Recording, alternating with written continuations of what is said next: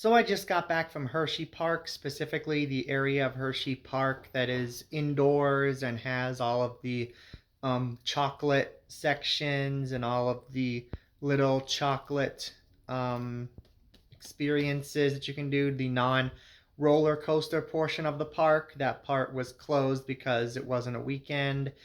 But of the part of Hershey Park that I got to see, I definitely had some highlights and some lowlights. So I'll just go ahead and run through everything as I sort of experienced it. The first thing, obviously, the portion where it's just sort of shopping and food was really good. Like, I love Hershey, I love Reese's, so seeing all of these different varieties they had was really cool. Like, there was things that I've never seen in any store, so just all these different options you can pick from was really cool. There was some good merchandise, some good clothing options that you could buy, and I think that it actually did have a good variety of like actual food to get. Like they didn't have burgers, but they had pizza. They had like some Italian food, some fried chicken, and some different side dishes you could get, which was nice. I didn't really eat that much from there because I ate a lot of chocolate today, but like it had the gift shop, a lot of good stuff to choose from, very vast selection, and just good food from the food court. The first thing I did that day was the trolley tour of Hershey, the town. And I liked that. The tour guide was very well informed on not just the history of Hershey, Pennsylvania, but also the history of Milton Hershey. So all the different things we got to see and all the things we learned were definitely interesting. Next was the virtual Hershey tour, which was essentially an animated virtual ride that takes you through three different fictional Hershey lands made of different Hershey candies. This one, like the design of the environments, were all very cool to look. The ones that we got to see were cool because you actually choose between two different ones, and that amounts to going to three lands.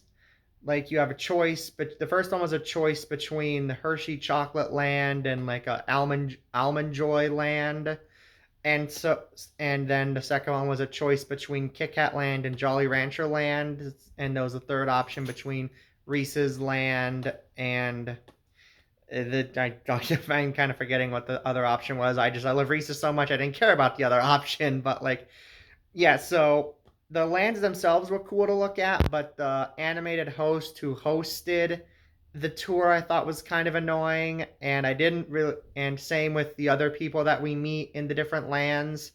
And even then, like, I don't think their designs were that great. They all looked kind of just the right amount of off, like a little uncanny.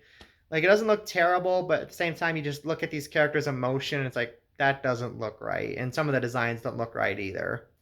Next was the class where they taught you about the fundamentals of chocolate. Well, in the fiction, the fundamentals of chocolate. It was very much fictionalized. It doesn't really teach you actually anything about chocolate, except like you can use your five senses to learn a bit about chocolate. And like again, I just thought that the hosts of this area, who were actually live performers this time, were a bit extra, and I get they were just doing what they were told, but like what they were told to do was just kind of annoying to me. I feel bad, but like the entire experience kind of hinges on finding these hosts entertaining, and I kind of was finding them a bit much. And I just compare them to the host of the trolley ride, who I thought had just the right energy for what she was supposed to do. Next, I did this like dark ride where it was basically simulating a factory tour of the Hershey Chocolate Factory, and that one was actually pretty cool. You got to see all these different displays of the different types of candy that are being made there, how they do it, and they kind of decorated it for Christmas, which was cool. The only two complaints I have there are one, they had this Christmas music blasting in the ride, so it's kind of hard to hear the little guide person you had who kind of reminded me of Sigourney Weaver in Finding Dory, who was teaching you about how chocolate is made. And this isn't really a complaint, but like I thought like the designs of the little characters they have are fine, but the Hershey Kiss character gave me like they're trying to make green M&M type character energy, but she comes across more like Minnie Mouse. but with like a character design it's clearly supposed to be like the green M&M, so that was kind of weird. But like, so that was I really liked that ride. And the last thing I did was the build your own chocolate bar, and they have another thing where you can build your own Reese's, but that's like less of a full on thing. Like that's just something you get in line for, but you have to actually reserve the make your own candy bar thing in advance. The build your own Reese's thing, by the way, really cool. Definitely recommended if you're if you're a Reese's fan like me. But the build your own candy thing is cool. Like there's not a ton of options, but like it's still cool that you get to like see the chocolate making process firsthand and how they like add these different like varieties to it. Uh, and it was cool that you got to design your own little um, your own little wrapper. I thought that was pretty cool.